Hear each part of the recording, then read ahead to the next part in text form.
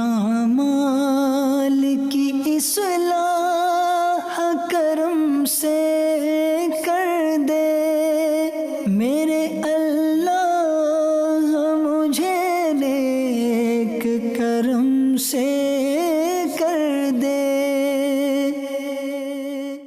الحمدللہ رب العالمین والصلاة والسلام علی سید المرسلین، اما بعد فاعوذ باللہ من الشیطان الرجیم، بسم اللہ الرحمن الرحیم۔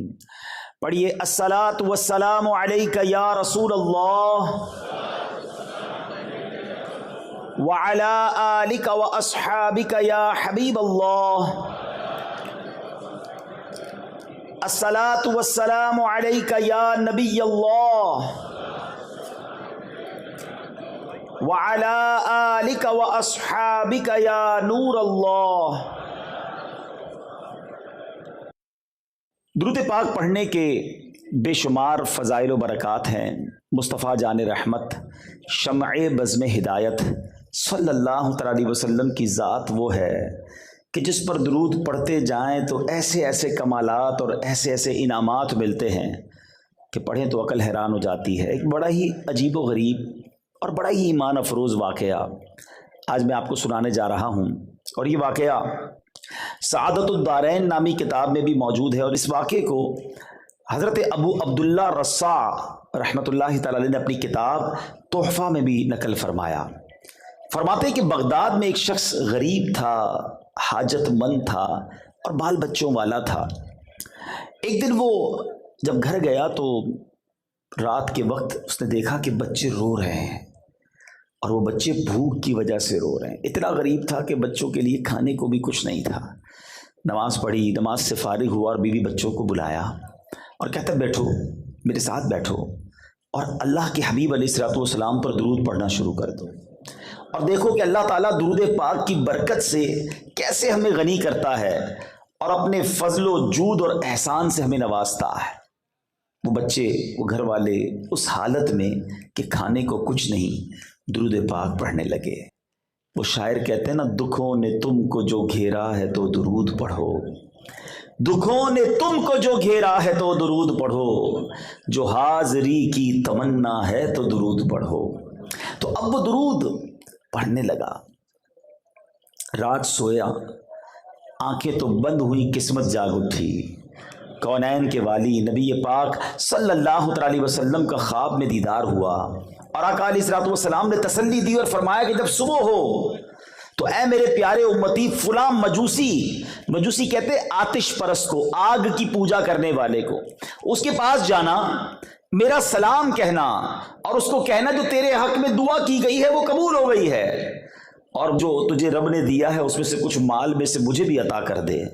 یہ بندہ صبح ہوئی تو بیدار ہوا اور سوچنے لگا، خواب میں دیدار تو نبی پاک کا ہی ہوا ہے، مگر آقا مجھے ایک آتش پرست کے پاس بھیج رہے ہیں اور اپنا سلام بھی کہنے کا فرما رہے ہیں۔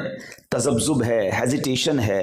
اس نے یہ حدیث بھی سنی ہوئی ہے کہ روایتوں کا مضمون ہے کہ نبی پاک فرماتے ہیں کہ جس نے مجھے خواب میں دیکھا اس نے حق دیکھا، کیونکہ شیطان میری شکل میں آ نہیں سکتا۔ بہرحال اگلی رات ہوئی، پیارے آقا پھر خواب میں تشریف لائے۔ فرمایا میرا پیغام اسی کے لیے ہے، تم جاؤ اسے جا کر کہو کہ تمہارے لیے جو دعا مانگی گئی تھی وہ دعا قبول ہو گئی ہے، اور جو تجھے اللہ نے دیا ہے اس مال میں سے مجھے بھی کچھ دے دے۔ وہ مجوسی کے بارے میں جب معلوم کیا گیا تو پتہ چلا وہ تو بڑا مالدار ہے، پورے شہر میں مشہور ہے۔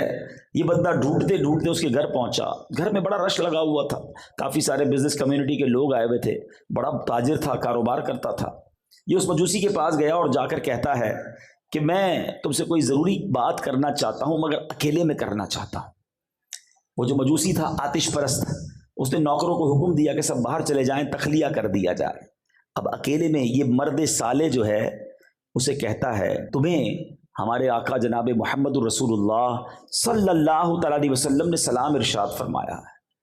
وہ کہتا ہے یہ کون ہے؟ کہا یہ ہمارے نبی ہیں۔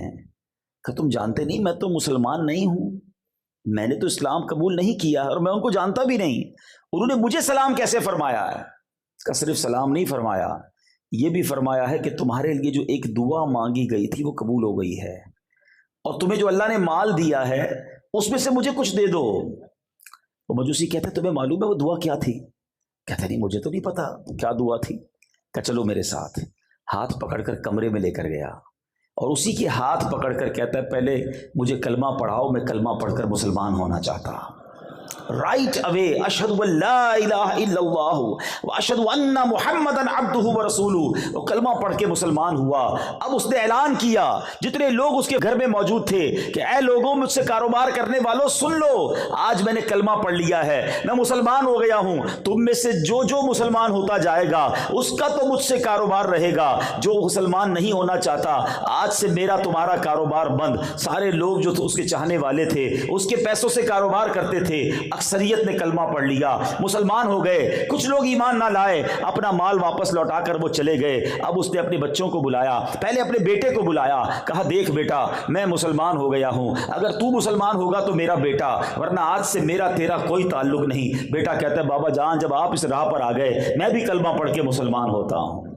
بیٹی کو بلایا، کہا بیٹی میں مسلمان ہو گیا ہوں، اب تمہارا کیا ارادہ ہے؟ اگر تم مسلمان ہوتی ہو تو میری بیٹی، ورنہ ہمارا کوئی تعلق نہیں۔ یاد رہے مجوسیوں کا ایک اصول ہوتا ہے کہ بیٹا اور بیٹی یعنی بھائی بہن کے درمیان شادی کی جاتی ہے، تو اس بھائی بہن کی بھی کچھ دنوں پہلے شادی ہوئی تھی۔ بیٹی کہتی بابا جان جب سے بھائی کے ساتھ شادی ہوئی ہے ایک بار بھی قربت نہیں کی، مجھے ویسے ہی اس سے بڑی جو ہے وہ کوفت ہوتی تھی، یہ کیسا ہمارا دین ہے؟ بابا جان آپ کلمہ پڑھ کر مسلمان ہوئے، آج میں بھی مسلمان ہوتی ہوں۔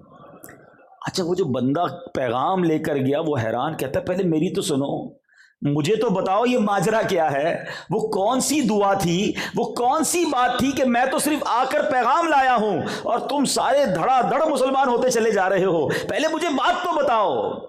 اب وہ کہتا ہے میں بتاتا ہوں وہ دعا کیا تھی۔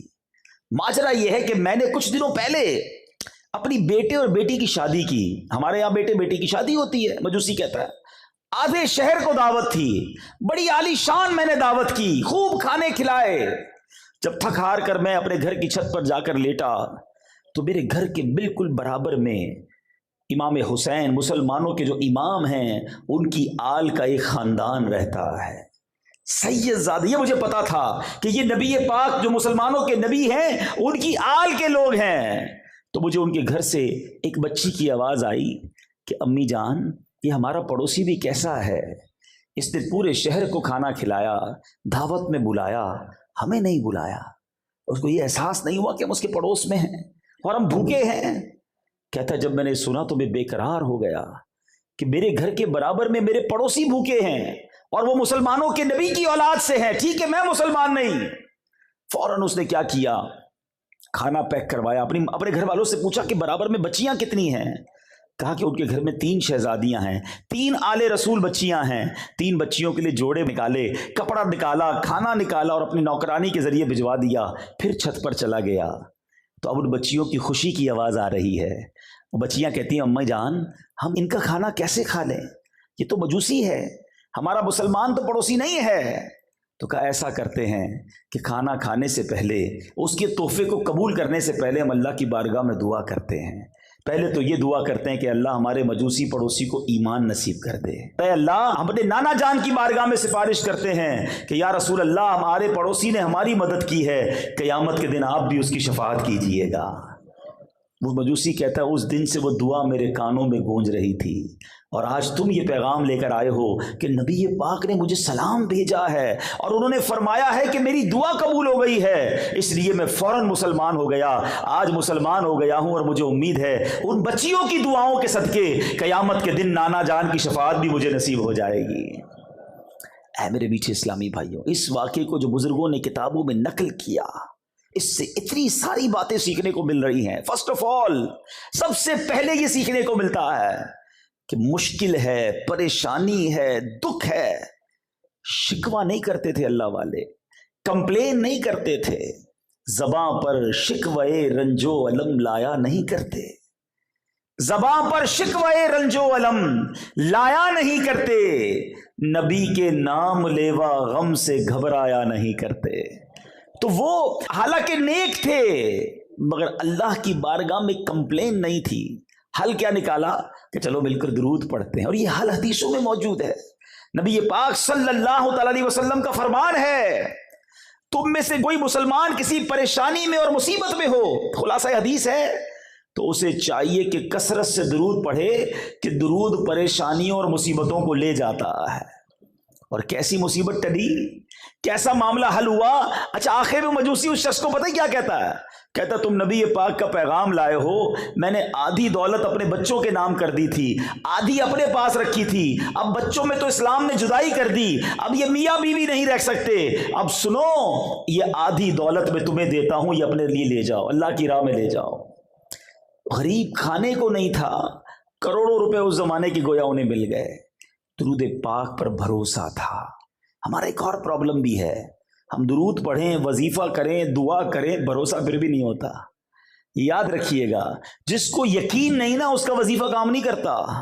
پہلے بلیف تو لاؤ نا، پہلے یقین تو لاؤ۔ ہمارا حال یہ، ہم اللہ سے دعا مانگتے ہیں مگر دل کہہ رہا ہوتا ہے پتہ نہیں قبول ہوگی کہ نہیں ہوگی۔ علماء کہتے ہیں اس کی دعا قبول ہی نہیں ہونی ہے۔ جس کو رب پر ہی بھروسہ نہیں ہے، جس کو خالق پر بھروسہ نہیں ہے، وہ رب بھی اسے عطا نہیں فرماتا۔ اس بات کو اس طرح سمجھیے، یہ بلیف جو ہے نا، یقین، یہ کدھر پہنچاتا ہے بات کو؟ اصل بات دل کی ہوتی ہے۔ میں دو چھوٹے چھوٹے واقعات سناتا ہوں، پھر اپنے موضوع کی طرف آؤں گا، کیونکہ یہ بھی بڑا پرابلم ہے۔ ہم درود بھی پڑھیں، وظیفہ بھی پڑھیں، تعویذ بھی لیں، دعا بھی کریں، مگر دل مطمئن نہیں ہوتا، اور چونکہ دل پر یقین نہیں ہوتا تو اس کا فائدہ بھی نہیں ہوتا۔ ایک گاؤں میں بارش نہیں ہو رہی تھی، اور اب پورے گاؤں والے پریشان تھے، بہت عرصہ ہو گیا ایک قطرہ بارش کا نہیں پڑا۔ سارے گاؤں والوں نے مشورہ کیا کہ ایسا کرتے ہیں کہ سب مل کر نماز استسقاء پڑھتے ہیں اور دعا کرتے ہیں، اور یہ طریقہ بھی ہے۔ تو گاؤں والے ایک میدان میں جمع ہوئے، تو ایک نوجوان جو تھا نا، اس دعا میں شامل ہونے آیا، مگر ساتھ چھتری بھی لے کر آیا۔ تو لوگ اس کا مذاق اڑانے لگے، یار عرصہ ہو گیا ایک قطرہ بارش کا نہیں گرا ہے اور تم چھتری لے کر آئے ہو۔ اس نوجوان نے کمال کا جواب دیا، کہتے مانگنے کس سے آیا ہوں، وہی تو برسانے والا ہے، اور یقین ہے کہ آج وہ برسائے گا، میں اکیلا بھیگتا ہوا جاؤں گا۔ اور ایسا ہی ہوا، دعا جیسے ہی شروع ہوئی، موسلا دھار بارش ہوئی، سارا گاؤں بھیگتا ہوا گھر جا رہا ہے، نوجوان چھتری کے سائے میں جا رہا ہے۔ اگر آج بھی ہو ابراہیم سا ایمان پیدا، بات یہی پرابلم ہے کہ وہ بلیف اور وہ یقین ہی نہیں رہا نا۔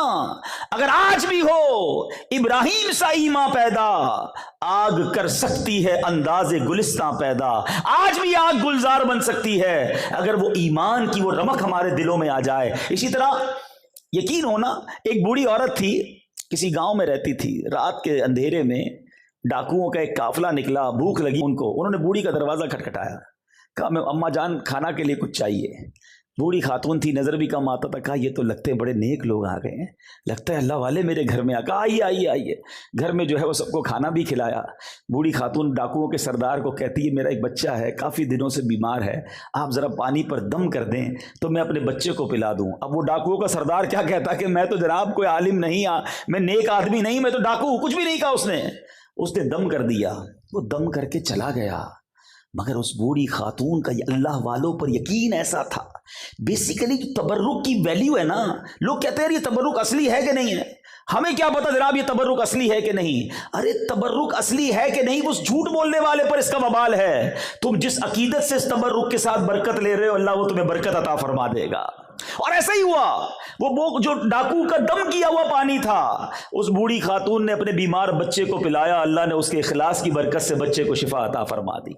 ایکچولی دیٹس بلیف ریکوائرڈ، یہ یقین چاہیے جب آپ دعا کرنے جائیں، جب آپ درود پڑھنے جائیں، آپ جب استغفار پڑھیں، جب آپ وظائف پڑھیں، تو اس یقین سے پڑھیں، پھر دیکھیں کیسے رحمت کے دروازے کھلتے ہیں۔ اب دوسری بات جو اس واقعے سے سیکھنے کو ملی، وہ بڑی اہم بات ہے، اور وہ ہے سید زادوں کا احترام، آل رسول کا ادب۔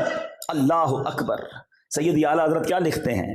تیری نسل پاک میں ہے بچہ بچہ نور کا، آقا تیری نسل پاک میں ہے بچہ بچہ نور کا، تو ہے عین نور تیرا سب گھرانہ نور کا۔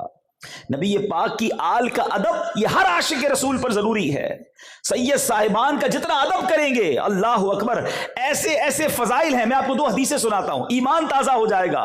بعض اوقات ہمارے آس پاس آل رسول ہوتے ہیں، غرب و غربت کی وجہ سے ہمارے یہاں بعض اوقات جاب کر رہے ہوتے ہیں، لیکن انسان جو ہے انہیں وہ ادب نہیں کر رہا ہوتا، ان کی وہ رسپیکٹ نہیں کر رہا ہوتا۔ نہیں میرے میٹھے اسلامی بھائیوں، آل رسول کا ہمیشہ ادب ہمیں کرنا ہے۔ میں آپ کو حدیث پاک سناتا ہوں، اللہ کے حبیب علیہ الصلوۃ والسلام فرماتے ہیں جو میرے اہل بیت میں سے کسی کے ساتھ اچھا سلوک کرے گا میں روز قیامت اس کو اس کا بدلہ عطا فرماؤں گا۔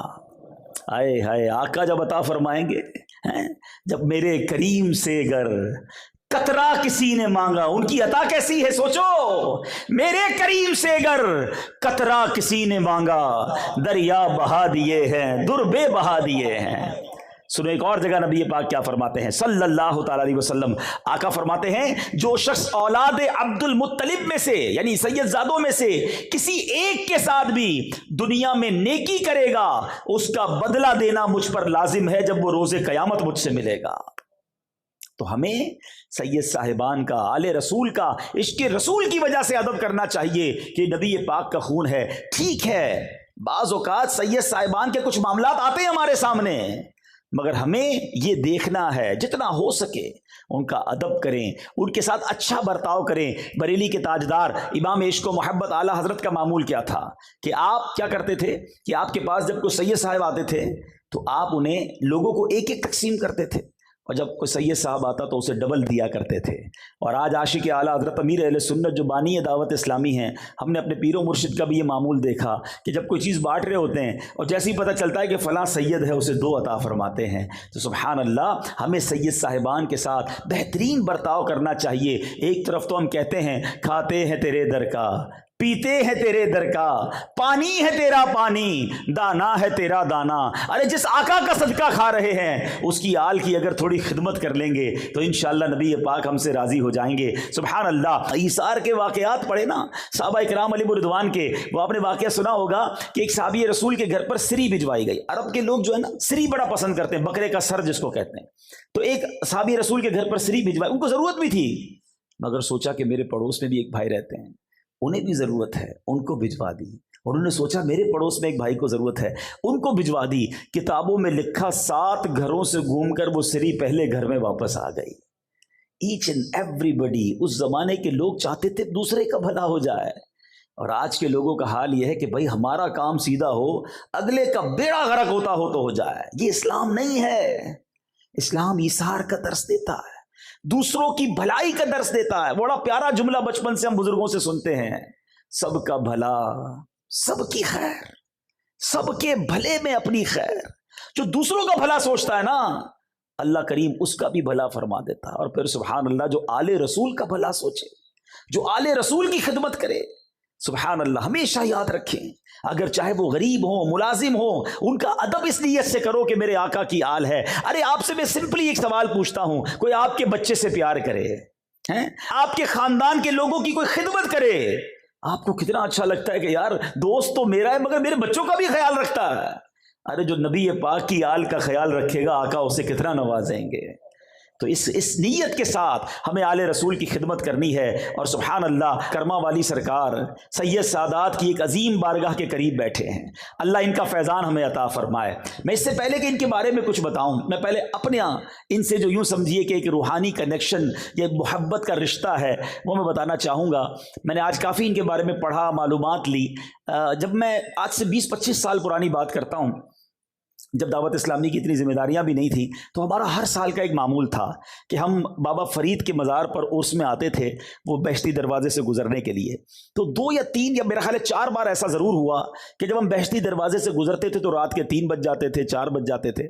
اس کے بعد ہم داتا صاحب جاتے تھے، تو جو گاڑی میں بیٹھتے تھے کوسٹر وغیرہ میں یا بس میں، تو نارملی میں تو آج حیران ہو گیا اس علاقے کو دیکھ کر، اتنا آباد ہو گیا ہے۔ اگر آج سے 20-25 سال جو پرانے لوگ جانتے، پورا ایک خالی علاقہ تھا، کھیت ہر طرف ہوتے تھے، صرف ماشاءاللہ بیچ میں یہ خوبصورت گنبد اور یہ مزار نظر آتا تھا۔ تو گاڑی والے کو ہم کہتے ہیں اس مزار شریف پہ روکتے، ہم نے فجر پڑھنی ہے، تو ہم فجر پڑھتے، پھر کہتے کتنا پیارا نام ہے کرما والی سرکار۔ اچھا اس زمانے میں اتنی پنجابی بھی سمجھ نہیں آتی تھی، تو ہم یہ سمجھ ہی آتا تھا کہ کوئی بہت بڑا دربار ہے اور کرم کرنے والا دربار ہے۔ تو الحمدللہ کئی سالوں تک میری یہاں حاضری ہوتی رہی۔ آپ اتنی عظیم ہستی ہیں. اچھا آپ بھی سیدوں کی بات ہو رہی ہے تو سید سرکار سبحان اللہ آپ کا سلسلہ نسب سادات اچ شریف حضرت جلال الدین سرخ بخاری رحمۃ اللہ تعالی علیہ سے جا کے ملتا ہے, اور آپ کے آباء و اجداد سندھ سے سرزمین پنجاب میں آئے اور مختلف اوقات میں مختلف مقامات پر سکونت اختیار کرتے رہے. آپ کے بزرگوار جد امجد 13ویں صدی ہجری کے شروع میں دریائے ستلج کے کنارے ضلع فیروز پور کی حدود میں آ کر آباد ہو گئے. آپ کے والد بزرگوار سید علی شاہ المعروف سید سکندر علی شاہ رحمۃ اللہ تعالی علیہ اپنی خاندانی وجاہت نیکی اور پاک بازی کی وجہ سے علاقے کے لوگوں میں بڑی عزت کا مقام رکھتے تھے. 13ویں صدی ہجری کے آخری سالوں میں آپ نے یعنی کرما والی سرکار رحمۃ اللہ تعالی علیہ نے اس دنیا میں گویا جلوہ گری ہوئی. آپ موضوع کرمو والا ضلع فیروز پور میں پیدا ہوئے سبحان اللہ, اور آپ کا سن ولادت کیا ہے 1297 ہجری یا 1298 ہجری ہے, یعنی 1883 یا 1884 عیسوی میں آپ پیدا ہوئے. اور آپ کا نام سبحان اللہ سید محمد اسماعیل شاہ بخاری رحمۃ اللہ تعالی علیہ ہے. آپ بچپن ہی میں کھیل کود سے بچ کر عبادت الہی اور علم دین کی طرف آپ کی رغبت رہی, اور سبحان اللہ آپ کے مرشد کریم آپ سے کتنی محبت کرتے. آپ کے مرشد کا نام حضرت میاں شیر محمد شرک پور شریف میں رحمۃ اللہ تعالی علیہ ہیں, اور آپ جو ہے وہ اپنے مرشد کی بارگاہ میں جب حاضر ہوئے تو آپ کے مرشد کہتے ہیں کہ شاہ جی کچھ علم بھی پڑھا ہے؟ آپ نے عرض کی حضور پڑھا تو ہے لیکن کچھ سمجھ میں نہیں آیا. پیر صاحب کہتے ہیں اللہ کریم سمجھ بھی عطا فرما دے گا.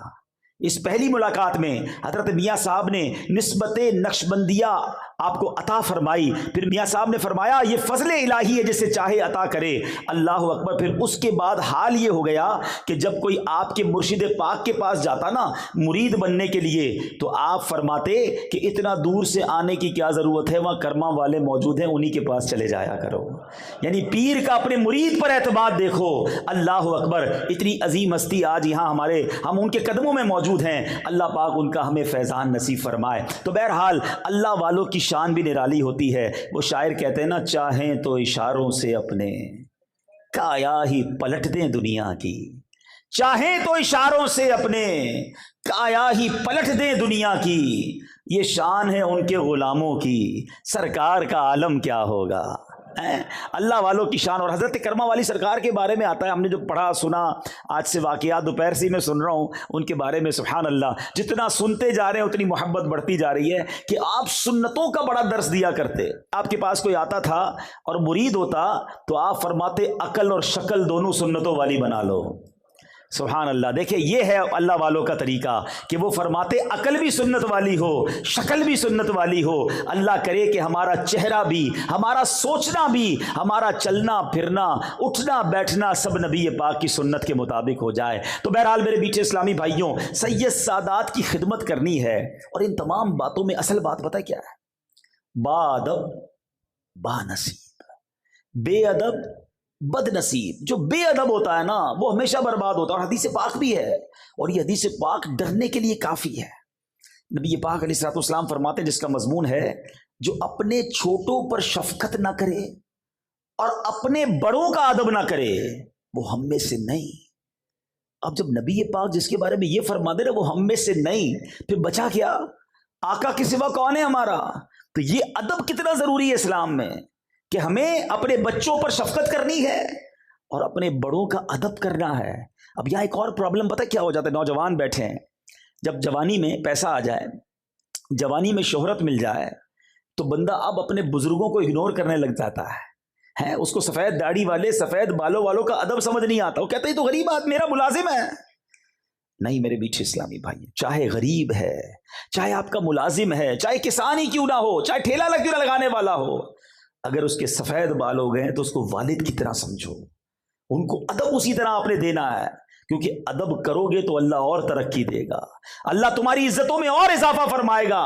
ہمیشہ یاد رکھیں جو اپنے بڑوں کا ادب کرتا ہے بعد میں اس کے بچے بھی اس کا ادب کرتے ہیں.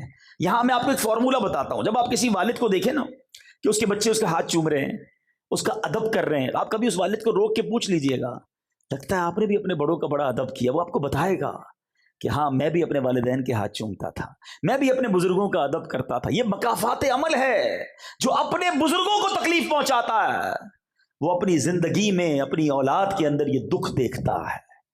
تو جیسی کریں گے ویسی بھریں گے. سخی سلطان حق باؤ کیا کمال کی بات دیکھتے ہیں, فرماتے علم پڑھیا پر ادب نہ سکھیا, علم پڑھیا پر ادب نہ سکھیا, کی لینا علم نو پڑھ کے ہو تسبیح پھری پر دل نہ پھریا, تسبیح پھری پر دل نہ پھریا, کی لینا تسبیح نو پڑھ کے ہو. اللہ کرے کہ یہ دل اللہ کا ذکر کرے, دل یاد مصطفیٰ میں مستغرق ہو جائے. ہاتھ میں تسبیح ہے اور منہ پر جھوٹ ہو, ہاتھ میں تسبیح ہے اور لوگوں کو تکلیف پہنچا رہے ہیں, پھر کیا دل نے بدلاؤ کیا؟ ارے مزہ یہ ہے اللہ کا ذکر زبان بھی کرے اور اللہ کا ذکر دل بھی کرے, دل کی گہرائیوں سے رب کی محبت دل میں آ جائے تو انسان بنتا ہے. تو بہرحال میرے میٹھے اسلامی بھائیوں, ادب کا بہت بڑا تعلق ہے ہماری تعلیمات اور اسلام کی یوں سمجھیے کلچر کے اندر. آپ اگر ہسٹری آف اسلام دیکھیں, بلکہ اس یونیورس کی ہسٹری دیکھیں, تو جو شیطان تھا وہ راندہ درگاہ کیوں ہوا تھا؟ وہ اللہ کی بارگاہ سے اسے کیوں نکالا گیا تھا؟ اس نے بے ادبی ہی تو کی تھی نا. حضرت آدم علیہ السلام کی بارگاہ میں اسے سجدہ کرنے کا حکم دیا گیا, مگر اس مردود نے تکبر کیا, پراؤڈ کیا, اور کیا کہتا ہے؟ انا خیر من, اے اللہ میں اس سے بہتر ہوں. حالانکہ حکم الہی تھا, سارے فرشتے سجدے میں چلے گئے, مگر یہ بدبخت کہتا ہے میں اس سے بہتر ہوں. خلقتنی من نار وخلقتہ من طین, اے اللہ تو نے مجھے آگ سے بنایا ہے, اس کو مٹی سے بنایا ہے, حضرت آدم کو, میں کیسے اس کو سجدہ کروں؟ یہ وہ بے ادبی تھی, یہ وہ تکبر تھا, یہ اللہ کے حکم کو نہ ماننا تھا. شیطان پہلے سے ہی اللہ کا نافرمان نہیں تھا, بڑا عبادت گزار تھا, جنت کا خزانچی تھا, معلم الملکوت فرشتوں کا استاد تھا, مگر بے ادبی کی سب عبادتیں غارت کر دی گئیں, اس کو لعنتی قرار دے کر اللہ کے دربار سے نکال دیا گیا. اب اگر آج کوئی سوچے کہ ایک بے ادبی, ایک گستاخی, نبی کی گستاخی تھی نا, ہے اللہ کا حکم نہ ماننا, تکبر, یہ سب کچھ چھین سکتا ہے. شیطان نے تو ایک بار کہا نا انا خیر من, میں اس سے بہتر ہوں. اور آج جو لوگ روز یہ کہہ رہے ہیں, اچھا زبان سے نہیں کہہ رہے مگر ایٹیٹیوڈ سے کہہ رہے ہیں, انداز سے کہہ رہے ہیں. آپ نے وہ حدیث تو سنی ہوگی نا, بچپن سے ہم وہ حدیث سن رہے ہیں, کتنی مشہور حدیث ہے کہ جس کے دل میں رائی کے دانے کے برابر تکبر ہوگا جنت میں نہیں جائے گا. What is the meaning? رائی کا دانا اتنا سا, اتنا بھی تکبر ہوگا وہ جنت میں نہیں جائے گا. جس کا دل ہی پورا تکبر سے بھرا ہوا ہے اس کا کیا بنے گا؟ سوچئے. ہم کہتے نہیں ہیں مگر ہمارا انداز یہی ہے کہ میں بہتر ہوں, یہ تو غریب ہے, میں امیر ہوں, میں اتنا مشہور ہوں, اس کو کون جانتا ہے, میں اتنا اچھا بیان کرتا ہوں, اس کو تو کچھ آتا ہی نہیں کرنا. عبادت سے تکبر لوگ کر رہے ہوتے, میں 5 وقت کا نمازی, یہ تو ایک بھی نماز نہیں پڑھتا, میں تہجد گزار, یہ تو کچھ بھی نہیں کرتا ہے, حج کر کے تکبر کر رہے ہوتے, میں حاجی, یہ تو حج ہی نہیں کرتا. یاد رکھیے انا خیر من کی بہت ساری ایگزامپلز بن سکتی. میں اس سے بہتر ہوں, میں خوبصورت, یہ بدصورت, میں بڑے خاندان والا, یہ چھوٹے خاندان والا, میرے پاس اتنے نوکر چاکر, یہ خود میرا نوکر. یہ وہ چیزیں ہیں جب دل میں آ جاتی ہیں تو پھر ساری عبادتیں, ساری ریاضتیں برباد ہو جاتی ہیں. خدارا شیطان کے ان واروں کو سمجھو, یہ وہ بے ادبیاں ہیں, یہ وہ گستاخیاں ہیں, یہ وہ غلطیاں ہیں جو آج ہمارے معاشرے میں بڑھتی چلی جا رہی ہیں. اور انفارچونیٹلی, بدقسمتی سے کوئی اس کے بارے میں نہ پڑھنے کے لیے تیار ہے, نہ سیکھنے کے لیے تیار ہے. یہ سب سے خطرناک شیطان کے واروں میں سے ایک وار ہے جو تکبر دل میں پیدا کر دیتا ہے. شیطان کے وار پتہ ہے کیسے کیسے ہیں؟ جب یہ انسیڈنٹ ہوا نا, شیطان کو راندہ درگاہ کر دیا گیا, نکال دیا گیا, پھر شیطان کی اور اللہ تبارک و تعالیٰ کی بارگاہ میں گویا ایک مکالمہ ہوا. سنیے غور سے. اللہ تعالیٰ نے شیطان کو جب اپنی بارگاہ سے نکالا تو شیطان نے اللہ سے درخواست کی کہ یا الہی تو نے مجھے مردود کر ہی ڈالا ہے, تو اب مجھے اولاد آدم پر کنٹرول دے دے, قدرت دے دے, تاکہ میں انہیں گمراہ کر سکوں. اللہ نے فرمایا تجھے کنٹرول دیا گیا, تجھے قابو دیا گیا. کہنے لگا اللہ کچھ اور زیادہ دے. فرمایا تو ان کے مالوں میں شرکت کر سکے گا, یعنی ان کے پیسے بھی غلط کاموں میں استعمال کروا سکے گا. کہنے لگا یا اللہ اور دے, اور پاور چاہیے. فرمایا جا تو ان کے سینے تیرے رہنے کے گھر ہوں گے, تو ان کے دلوں میں رہ سکے گا. اب جب یہ ساری باتیں ہو گئیں تو حضرت آدم علیہ السلام نے اللہ سے عرض کی مولا تو نے شیطان کو تو ہم پر پورا تسلط دے دیا، غلبہ دے دیا، اب اے اللہ ہم اس کے مکر و فریب سے میں اور میری اولاد کیسے بچیں گے؟ تو اللہ تبارک و تعالیٰ نے فرمایا آدم تیرے ہاں جو بچہ پیدا ہوگا اس پر میں ایک زبردست فرشتہ معین کر دوں گا جو اسے شیطانی وساوس سے بچائے گا۔ عرض کی الہی اور زیادہ کر، سیکیورٹی کا انتظام اور زیادہ کر دے۔ ارشاد ہوا اے آدم تیری اولاد ایک نیکی کرے گی میں اسے 10 گنا اجر دوں گا۔ عرض کی مولا کچھ اور زیادہ کر دے۔ فرمایا میں ان سے توبہ کا مادہ یعنی توبہ کرنے کا جو وعدہ ہے وہ نہیں چھینوں گا جب تک ان کے جسموں میں روحیں باقی ہیں۔ عرض کی یا اللہ اور زیادہ کر۔ فرمایا میں ان کے سروں پر مغفرت کا تاج رکھوں گا اور کسی کی پرواہ نہیں کروں گا۔ حضرت آدم فرماتے یا اللہ اب یہ میرے لیے کافی ہے۔ تو یہ نیکی اور بدی کی جو جنگ ہے نا یہ فرام دا ڈے ون سے سٹارٹ ہے۔ شیطان کا کام ہمیں بہکانا ہے، شیطان کا کام ہمیں بھٹکانا ہے، جہنم کی طرف لے جانا ہے۔ شیطان شروع سے یہ چاہتا ہے کہ میں جہنم میں جاؤں گا تو میں اپنے ساتھ ان لوگوں کو بھی لے کر جاؤں، لیکن مسئلہ یہ ہے کہ آج لوگوں نے شیطان سے دوستی لگا لی ہے۔ ہاں ایسا ہی ہے، حالانکہ قرآن پتہ کیا کہتا ہے؟ قرآن پڑھیں تو پتہ چلے نا، اِنَّهُ لَكُمْ عَدُوٌّ مُبِينٌ، بے شک شیطان تمہارا کھلا دشمن ہے۔ اوپن اینیمی کہا قرآن نے میرا اور آپ کا، مگر کمال یہ ہے کہ ہم شیطان سے دوستی لگائے بیٹھے ہیں۔ قرآن دشمن کہتا ہے اور مسلمان اسے دوست بنائے بیٹھے۔ یہ میں ثابت کروں گا، ابھی بتاؤں گا آپ کو، یہ بڑی عجیب بات ہے کہ مسلمان شیطان سے دوستی لگائے بیٹھا ہے۔ اللہ تبارک و تعالیٰ نے جب شیطان کو مردود کیا نا تو شیطان نے کہا الہی تو نے بنی آدم میں پیغمبروں کو بھیجا ہے، ان کو کتابیں دی ہیں، تو میرے پیغمبر اور میری کتابیں بھی ہونی چاہیے۔ ذرا سنیں شیطان کی باتیں ہیں، میرے پیغمبر اور میری کتابیں بھی ہونی چاہیے۔ تو خدا تعالیٰ نے فرمایا کہ کاہن اور نجومی جو ہے نا وہ تیرے پیغمبر ہوں گے۔ عرض کیا میری کتاب؟ فرمایا جھوٹے شیروں کی کتاب جو ہے وہ تمہاری کتاب ہوگی۔ یہ نجومیوں کے پاس جو لوگ جاتے ہیں نا، کاہنوں کے پاس، کوئی پتہ بتا دیں، کوئی نمبر بتا دیں، کوئی جناب کوئی پاسا بتا دیں، ہر بندہ عجیب و غریب لوگوں سے دوستیاں لگائے، پر فرمایا یہ تیرے پیغمبر ہوں گے۔ یہ تک بندیوں اور شعر جھوٹی شاعری کی کتابیں تیری کتابیں ہوں گی۔ اور شیطان کہتا ہے کہ میرے مؤذن کون ہوں گے؟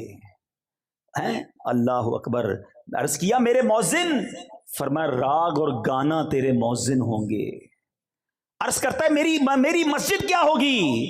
فرمایا فتنہ انگیز بازار تیری مسجدیں ہوں گی۔ عرض کیا میرا کھانا کیا ہوگا؟ فرمایا جس کھانے پر میرا نام نہ لیا گیا شیطان وہ تیرا کھانا ہوگا۔ اللہ اکبر۔ عرض کرتا ہے میرا پانی کیا ہوگا؟ فرمایا جو نشیلی چیزیں ہوں گی، اے شراب پینے والو، اے منشیات کی طرف جانے والو سنو، یہ شیطان کے مشروب ہے۔ اللہ اکبر۔ شیطان کہتا ہے میرا جال کیا ہوگا؟ فرمایا عورتیں تیرا جال ہوں گی۔ اے میرے میٹھے اسلامی بھائی، دشمن سے جب مقابلہ کرنا ہوتا ہے نا تو اس کے ہتھیار پتہ ہونے چاہیے، اس کے وار پتے ہونے چاہیے۔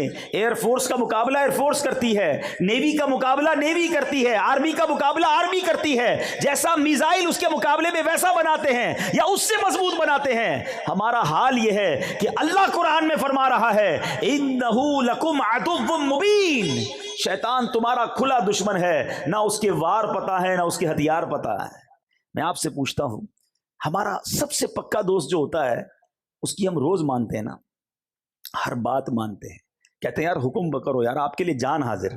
پکے دوست کی نشانی یہ ہے، ٹھیک ہے، کہ جس کے لیے ہم کیا کہتے ہیں تمہیں منع نہیں کر سکتا یار، آپ کے لیے بس ہر چیز ہاں ہے۔ اب میں بتاتا ہوں کہ شیطان کی لوگ کتنی مانتے ہیں۔ سچی بات تو یہ شاید اپنے ماں باپ کی اتنی نہیں مانتے جتنی شیطان کی لوگ مان رہے ہیں، اور یہ بربادی ہے، یاد رکھنا۔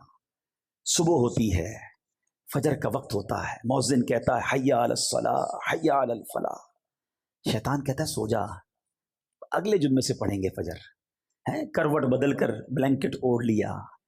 صبح صبح کس کی مانی؟ بتاؤ نا، شیطان کی مانی، ٹھیک ہے۔ فجر قضا ہو گئی، اب اٹھے، لباس پہننے کی باری آئی، ایک دو لباس رکھے ہوتے ہیں جمعے کے لیے، باقی شیطان کہتا نہیں یہ تو جمعے کا لباس ہے، باقی یہ فیشن والا، یہ انگریزوں والا یہ پہننا ہے۔ لباس پہنتے وقت کس کی مانی؟ شیطان کی مانی۔ اب واش روم میں گئے، آقا کی سنت چہرے سے نوچ کر گندی نالی میں بہائی، کس کی مانی؟ شیطان کی۔ اب نکلے گھر سے باہر، چاہے اسکول کے لیے نکلے، چاہے کالج کے لیے نکلے، چاہے جاب کے لیے نکلے، چاہے بزنس کے لیے نکلے، جیسے ہی باہر نکلے اب کوئی بے پردہ عورت سامنے سے نکلی ہے، شیطان کہتا ہے دیکھ دیکھ جلدی دیکھ، حالانکہ شریعت کا حکم ہے کہ نگاہوں کو نیچی کرو، بے حیائی نہ کرو۔ اس عورت کو دیکھا، بے پردگی کی، غلط نگاہوں سے دیکھا، کس کی مانی؟ شیطان کی۔ مارکیٹ میں پہنچے، کاروبار کی جگہ پر پہنچے، ظہر کی اذان کا وقت ہوا، کئی لوگ نماز کے لیے گئے، شیطان کہتا ہے تو بزنس کا ٹائم ہے، ارے بعد میں پڑھ لینا۔ ظہر قضا ہوئی، کس کی مانی؟ شیطان کی مانی۔ گاہک آیا، مال بیچنے کا موقع آیا، شیطان کہتا ہے جھوٹ بول زیادہ نفع ملے گا، ایک جھوٹی قسم بھی کھا لے، ارے اس کو بتا دے میرا پڑتا اتنے میں ہے، پکا رنگ ہے، made in China, made in Japan ہے، حالانکہ تم نے اپنے شہر میں بنایا ہے، ارے بول دے کچھ نہیں ہوتا۔ کس کی مانی؟ شیطان کی مانی۔ عصر کی اذان ہوئی، نماز قضا ہوئی، کس کی مانی؟ شیطان کی۔ تمہاری مغرب قضا ہوئی، کس کی مانی؟ شیطان کی۔ عشاء قضا ہوئی، کس کی مانی؟ شیطان کی۔ رات گھر میں آئے، ہاتھ میں ریموٹ لیا، اب ٹی وی آن کیا، کہیں فلمیں دیکھی، کہیں ناچ دیکھا، کہیں گانے سنے، بتاؤ کس کی مانی؟ شیطان کی۔ ارے شریعت تو کہتی ہے اللہ رسول کا نام لے کے سونا ہے، مگر موبائل ہاتھ میں ہے، کمرے کی لائٹیں بجھی ہوئی ہیں، آنکھیں حرام دیکھ رہی ہیں، وہ مناظر دیکھ رہی ہیں جو اللہ اور اس کے رسول کو ناراض کرنے والے ہیں، بتاؤ کس کی مانی؟ شیطان کی۔ ایک دن میں صبح سے شام تک ہم نے کتنی باتیں شیطان کی مانی۔ اللہ کہتا ہے یہ تمہارا کھلا دشمن ہے، یہ دشمنی ہے، یا اپنے دل پر ہاتھ رکھ کے پوچھو یہ دوستی لگائی ہوئی ہے۔ ارے مرد تو وہ ہوتا ہے، واقعی اللہ اور اس کے رسول کا بندہ وہ ہوتا ہے کہ جب مؤذن کہے حی علی الصلاۃ، حی علی الفلاح، ٹھنڈی کی راتیں ہیں، وضو کے لیے پانی بھی گرم نہیں ہے، مگر بندہ بستر سے اٹھے کہے شیطان میں تیرا بندہ نہیں، میں رحمان کا بندہ ہوں، میں اللہ کا بندہ ہوں، اور جائے مسجد میں جا کر فجر پڑھے، جو صبح شیطان کو ہراتا ہے، جو دوپہر شیطان کو ہراتا ہے، جو عشاء میں شیطان کو ہراتا ہے، جو حرام روزی آتی ہے تو شیطان کو ہراتا ہے۔ یاد رکھنا میرے میٹھے اسلامی بھائیوں، ایک فائٹ ہونے والی ہے، ایک فائنل فائٹ ہونے والی ہے میری اور آپ کی شیطان سے، اور وہ ہوگی آخری لمحوں میں، جب زندگی کا آخری وقت ہوگا نا۔ روایتوں کا مضمون ہے شیطان بندے کے سامنے آتا ہے اس کے مرحوم رشتہ داروں کی شکل میں، کسی کی ماں کی شکل میں، کسی کے والد کی، کسی کی دادا نانی کی شکل میں، اور آ کر کہتا ہے بیٹا مرنے کے بعد پتا چلا اسلام صحیح مذہب نہیں ہے، تو عیسائی ہو جا، معاذ اللہ تو یہودی ہو جا، تو اسلام کو چھوڑ دے۔ جو روز شیطان کی مان رہا ہوگا، جو روز فائٹ میں ہار رہا ہے، بتاؤ وہ فائنل فائٹ میں کیسے جیتے گا؟ خدا نہ خواستہ اگر ادھر شیطان کی مان لی اور اس نے ایمان سنیچ کر لیا، ایمان چھین لیا، تو بنے گا کیا ہمارا؟ ساری نیکیاں اعمال تو بات کی بات ہے نا، حج، عمرے، زکوٰۃ، نمازیں، روزے، یہ سب بعد میں ہیں، اگر ایمان سلامت لے کر نہ گئے تو کیا بنے گا؟ اور قربان اس شخص کی ہمت پر جو صبح و شام شیطان سے مقابلہ کر رہا ہے، جو روز نمازیں پڑھ رہا ہے، روز سنت پر عمل کر رہا ہے، شیطان بڑے وسوسے دلاتا ہے، وہ نہیں مانتا اس کی، انشاءاللہ وہ آخری وقت بھی شیطان کو کہے گا کہ میں تیری نہیں مانوں گا، اور لا الہ الا اللہ محمد الرسول اللہ کہہ کر دنیا سے چلا جائے گا۔ اب آپ نے طے کرنا ہے کہ زندگی شیطان کی دوستی میں گزارنی ہے یا اس مردود سے لڑنا ہے۔ یہ ویسے ہی نعرہ نہیں لگاتے ہمارے امیر اہل سنت، یہ دعوت اسلامی والوں کے جو نعرے ہوتے ہیں نا، اس کے پیچھے ایک پورا فینومینا ہوتا ہے، پوری ایک سمجھ لے کہ فلسفہ ہوتا ہے۔ کیا خوبصورت نعرہ ہے امیر اہل سنت کا کہ شیطان کے خلاف جنگ ایک بار نہیں لڑنی ہے، جاری رہے گی، کنٹینیو رہے گی ٹل دا اینڈ، اور یہ جنگ جیتنی ہے ہم نے۔ لیکن صرف نعرہ لگانے سے جنگ نہیں ہوتی نا۔ کبھی فوج کو دیکھا ہے کہ فلاں ملک کے خلاف جنگ جاری رہے گی اور اس کے بعد فوج رضائی اوڑھ کے سو جائے؟ فوج جاگتی ہے تو ہم سوتے ہیں۔ تو ہمیں بھی اگر واقعی اپنے ایمان کی حفاظت کرنی ہے، یہ بزرگوں کو ویسی فکر نہیں ہوتی تھی۔ سیدی غوث اعظم، اللہ اکبر، پیران پیر، پیر دستگیر، ولیوں کے سردار، آپ کہتے ہیں ایک بار عید کا دن تھا، فرماتے لوگ کہہ رہے ہیں آج عید کا دن ہے، عید کا دن ہے۔ عبد القادر کے لیے عید کا دن وہ ہوگا جب اپنا ایمان سلامت لے کر دنیا سے جائے گا۔ پیران پیر یہ کہہ رہے ہیں، اور ہم گناہ گاروں کو فکر ہی نہیں ہے۔ کبھی لوگ ملتے نا، کہتے حضور کاروبار میں برکت کی دعا کر دیں، بچے کے لیے دعا کر دیں، فلاں کام ہو جائے۔ بہت ہی کم ایسا ملتا ہے کہ کوئی کہے کہ ایمان کی حفاظت کی دعا کر دیں۔ کسی کو ٹینشن ہی نہیں ہے۔ سوچئے یہ سب سے قیمتی چیزیں میرے اور آپ کے پاس، اور میں آپ کو صحیح بتاؤں، نبی پاک علیہ الصلوۃ والسلام کی دعائیں پڑھیں نا، ان میں بڑی مشہور دعا ہے، یا مقلب القلوب ثبت قلبی علی دینک، اے دلوں کو پھیرنے والے مجھے اپنے دین پر ثابت قدمی عطا فرما۔ اللہ کے نبی دعا کر رہے ہیں، یہ ہماری تعلیم کے لیے نا۔ تو اے کاش ہمیں ایمان کی حفاظت کے فکر نصیب ہو جائے، خدا را شیطان کے واروں سے بچیں۔ ہمیں ایسا ماحول اپنانا ہوگا، اتنا مردود ہے کہ پہلے تو بچاتا یہ بندہ گناہ کرے، اب دیکھتا ہے نا نیک آدمی ہے، شراب تو نہیں پیے گا، جوا تو نہیں کھیلے گا، بدکاری بھی نہیں کرے گا، اب اس کو کیسے بہکائے۔ سنو، شیطان کے وار سمجھو، جب یہ دیکھتا ہے نا کہ اس سے کوئی بڑا گناہ نہیں کرا سکتا، تو پھر وہ اس کی نیکیاں کم کروانا شروع کرتا ہے کہ چلو سنتیں چھڑوا دو، نفل تو چھڑواؤ نا، درود تو چھڑوا دو، تلاوت تو چھڑواؤ، کیونکہ یہ جو سنتیں نوافل ہوتے ہیں نا، یہ حصار ہے، ہمیشہ یاد رکھنا، پہلے نفل چھوٹتے ہیں، پھر سنتیں چھوٹتی ہیں، پھر واجبات چھوٹتے ہیں، پھر فرض چھوٹتا ہے۔ جو نفل کا پابند ہوگا نا، اس کا فرض پکا ہو گیا، یہ ہمیشہ یاد رکھو۔ لوگ آج کل باتیں پھیلا رہے ہیں، یار سنت ہی تو تھی، کیا ہوا چھوڑ دیا کوئی؟ ارے بھائی سنت میرے فرض کا حصار تھا، اور سنت پر غلام عمل نہیں کرے گا تو کون عمل کرے گا بھائی؟ آقا کا امتی عمل نہیں کرے گا؟ آقا فرماتے فمن رغب عن سنتی فلیس منی، جو میری سنت پر عمل نہ کرے وہ ہم میں سے نہیں۔ اور ادھر لوگ مذاق اڑا رہے ہیں، کہہ رہے سنت یہ چھوڑ دو۔ نہیں جناب، سنت کیسے چھوڑ دوں؟ ہمیں سنت کو تھامنا ہے۔ نبی پاک کا وہ فرمان ہی کافی ہے کہ جس نے میری سنت سے محبت کی اس نے مجھ سے محبت کی، اور جس نے مجھ سے محبت کی وہ میرے ساتھ جنت میں جائے گا۔ جنت میں جانا ہے نا نبی پاک کے ساتھ، تو سنت کا راستہ ہی جنت کا راستہ ہے۔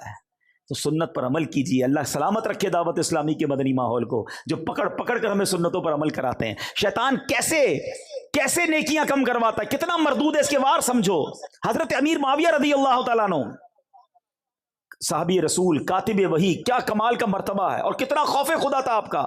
ایک بار آپ سوئے ہوئے، فجر کا وقت ہوا، آواز آئی اٹھ جائیے نماز پڑھ لیجیے۔ آپ بیدار ہوئے، دائیں دیکھا بائیں دیکھا، کوئی جگانے والا نظر نہیں آیا۔ کہ کون ہے جس نے مجھے جگایا؟ کہ حضور شیطان۔ کہ شیطان نے کب سے نماز کے لیے جگانا شروع کر دیا؟ کہ حضور مسئلہ یہ ہے کہ تھوڑے دنوں پہلے بھی آپ تھوڑا لیٹ اٹھے تھے، آپ کی فجر کی جماعت چلی گئی، آپ نے رونا شروع کیا، گریہ وزاری کی۔ میں نے فرشتوں کو گفتگو کرتے سنا کہ امیر معاویہ رضی اللہ تعالیٰ عنہ کی گریہ وزاری سن کر، ان کی گریہ وزاری اور جماعت قضا ہونے کے درد کی وجہ سے اللہ کریم نے ان کو 70 جماعتوں کا ثواب عطا فرما دیا۔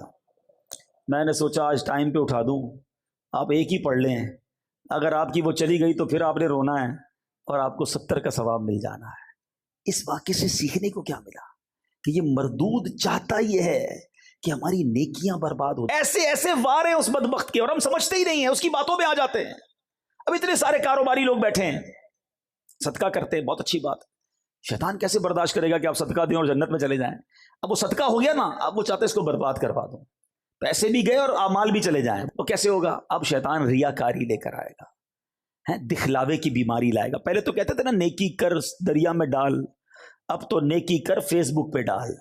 ہاں ادھر پہلے تو بچپن میں وہ دیکھتے تھے سلائی مشین، کچھ لوگ مل کے کسی غریب کو دے رہے ہوتے تھے، اخبار میں تصویر کسی کی چھپتی تھی۔ اب تو ہر بندے کے پاس اپنا اخبار ہے، اب تو جو کرنا ہے اس نے ڈال دینا ہے۔ پچھلے دنوں کرونا وائرس کے زمانے میں بڑا مذاق بنا تھا کہ 5 6 لوگ ایک تھیلا اناج کا لے کر کسی غریب کو دے رہے ہوتے تھے، اور اس کی سیلفی بنا کر اس کی غربت کا جنازہ نکالتے تھے۔ قرآن کیا کہتا ہے؟ یا ایھا الذین آمنوا لا تبطلوا صدقاتکم بالمن والاذی، اے ایمان والو اپنے صدقے ضائع نہ کرو، باطل نہ کرو، احسان جتا کر اور تکلیف پہنچا کر۔ اب صدقہ بھی دے رہے ہیں اور احسان بھی جتا رہے ہیں۔ یاد ہے نا میں نے قرضہ دیا تھا، بھول تو نہیں گیا؟ ہاں نوکری کرتا تھا، میری وجہ سے کاروبار پہ چڑھا ہے، تیری بہن کی شادی میں نے کرائی تھی، موٹر سائیکل تجھے دلائی کس نے، یاد ہے کہ نہیں؟ استغفر اللہ، اس لیے پیسے دیے تھے کہ اب جتانا ہے، اب بتانا ہے۔ یہ برباد ہو گیا آپ کا صدقہ۔ اللہ سے اجر مانگو نا، اور یہ احسان جتانے والا سوچے، خدا کی قسم سوچے اس میں میرا اور آپ کا کیا کمال ہے کہ اگر ہم اللہ کی راہ میں خرچ کر رہے ہیں۔ کس نے دیا مال؟ بتاؤ نا، بتائیے کس نے مال دیا ہے؟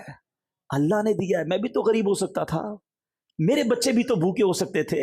آج میرا ملازم میرے دروازے پر آ کر کہتا ہے کہ مجھے میری ماں کے لیے علاج کے لیے پیسے چاہیے. یہ حال میرا بھی تو ہو سکتا تھا کہ میں کسی کے دروازے پر کھڑا ہوتا کہ میری ماں ہاسپٹل میں ہے, میرے پاس بل دینے کے لیے پیسے نہیں, بہن کی شادی ہونے والی ہے, میرے پاس جہیز کے پیسے نہیں. آج تم کسی کی مدد کر کر یہ سمجھتے ہو میں نے کیا ہے. خدا کی قسم یہ اللہ کی عطا ہے. ہم میں کوئی عقل ہوشیاری نہیں ہے, ہمارا کوئی کمال نہیں ہے. ہم سے زیادہ عقل مند, ہم سے زیادہ دیندار وہ غریب ہیں, اور اللہ نے ہمیں بہت نوازا ہے. ہونا یہ چاہیے تھا کہ زکوٰۃ دینے والا, صدقہ دینے والا صدقہ دے بھی اور سجدہ شکر بھی ادا کرے کہ مالک تیری مہربانی, تو نے دینے والا بنایا, مانگنے والا نہیں بنایا. اللہ تو نے مجھے اس قابل کیا.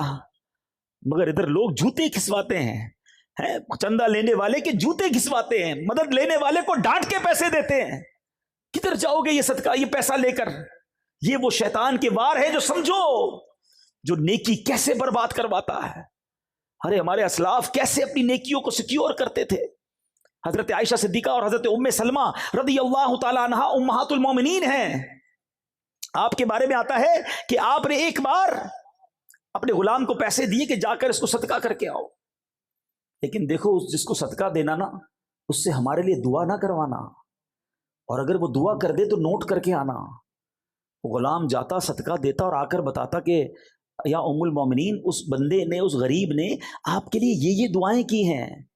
ام المومنین ہاتھ اٹھاتی اور وہ جو دعائیں اس نے کی ہوتی نا آپ اس کے لیے کرتی اور فرماتی دعا کا بدلہ دعا ہو جائے, صدقے کا ثواب اللہ سے لیں گے. یہ ہے عبادت کا جذبہ, یہ ہے نیکی جس کو اس طرح بچانا ہے. مگر شیطان دل میں ریاکاری ڈال کر, کیوں دل چاہتا ہے کہ مسجد میں اعلان ہو کہ فلاں حاجی صاحب نے پنکھے لگائے ہیں, فلاں نے افطاری پیش کی ہے, فلاں نے سحری کا انتظام کیا. اپنے دل سے پوچھے نا ہمارا کیوں جی چاہتا ہے کہ لوگوں کو پتہ چلے. یہی تو وہ شیطان کا وار ہے جو ہم سمجھ نہیں رہے. وہ پریشان ہو گیا ہے, آپ نے حج کر لیا اسے ٹینشن ہو گئی ہے, آپ نے عمرہ کیا وہ بے قرار ہے کہ کسی طرح آپ کا عمرہ ضائع ہو, آپ کا حج ضائع ہو, آپ کا صدقہ ضائع ہو, آپ کی نمازیں ضائع ہو رہا ہے. لوگ سب کو بتا رہے ہیں میں نے اتنے حج کیے ہیں, اتنے عمرے کیے, طواف کے چکر بھی یاد ہوتے ہیں. اچھا بزرگوں کے بارے میں آتا ہے کہ بندہ نیکی کر کے بھول جائے اور گناہ کر کے یاد رکھے. ہمارا ماجرا یہ ہے کہ ہم گناہ کر کے بھول بیٹھے اور نیکیاں ساری یاد رکھی ہیں. عجیب معاملہ ہے. 15 سال 20 سال پرانی لوگوں کو نیکیاں یاد ہیں. ارے کل جھوٹ بولا تھا وہ یاد ہے, تھوڑی دیر پہلے آپ نے موبائل کھول کر حرام دیکھا وہ یاد ہے, اس کی توبہ کب کرو گے؟ وہ سب بھول بیٹھے اور 10 15 5 سال پرانی نیکیاں لوگوں کو بتاتے پھرتے میں نے یہ کیا, میں نے یہ کیا. برباد ہو رہی ہے نیکیاں بچاؤ. اخلاص کی تعریف علماء یہ لکھتے ہیں کہ اخلاص یہ ہے کہ جس طرح تم اپنے گناہوں کو چھپاتے ہو اس طرح اپنی نیکیوں کو چھپاؤ. ہم میں سے کوئی ہے جو لوگوں کو بتایا میں نے کل رات کیا کیا تھا, میں چھپ کر کیا کرتا ہوں؟ کوئی نہیں بتائے گا. نیکیاں کیوں بتاتے ہیں؟ چھپ کر نیکی کی وہ بھی بتانی ہے. تہجد پڑھ لی, اب ٹینشن شروع ہو جاتی ہے, یار تہجد تو اکیلے میں پڑھی تھی, اب دوست کو کیسے بتاؤں؟ اب کوئی نہ کوئی بہانہ بنائے گا, یار آج بہت تھکا ہوا ہوں, خیریت؟ بس وہ تہجد سے اٹھ جاتا ہوں. اچھا آپ تہجد بھی پڑھتے ہیں؟ بس جیسی اس نے یہ کہا نا تو تسلی ہو گئی. وہ نہیں ہمارے واٹس ایپ پہ کسی کو میسج جاتا ہے تو ڈبل کلک ہوتا ہے, بلو ہو جاتا ہے, ریسیوڈ ہو گیا میسج, کنفرم ہو گیا. تو جیسے ہی سامنے سے جواب آیا نا کہ ہاں میری عبادت اسے کنفرم ہو گئی, پہنچ گئی. توبہ توبہ توبہ. اپنے دل سے پوچھو یہ کیوں کرتے ہیں ہم؟ اللہ مجھے بھی محفوظ رکھے, آپ کو بھی محفوظ رکھے. یہ واقعی بڑا بڑا مردود ہے. اس دشمن کو پہچانو. جبھی تو قرآن کہتا ہے انَّهُ لَكُمْ عَدُوٌّ مُّبِينٌ, کہ تمہارا کھلا دشمن ہے. اس سے تو پہلے ہی اللہ کو کہا ہے کہ میں تیرے بندوں کو بہکاؤں گا, اور ہم اس کے پیچھے چلے جا رہے ہیں, دوستی لگائی ہوئی ہے. تو آؤ آج نیت کر لو ہم شیطان سے دوستی نہیں کریں گے. صلو علی الحبیب صلی اللہ تعالی علیہ وسلم. میرے اعمال کی اصلاح کرم سے کر دے, میرے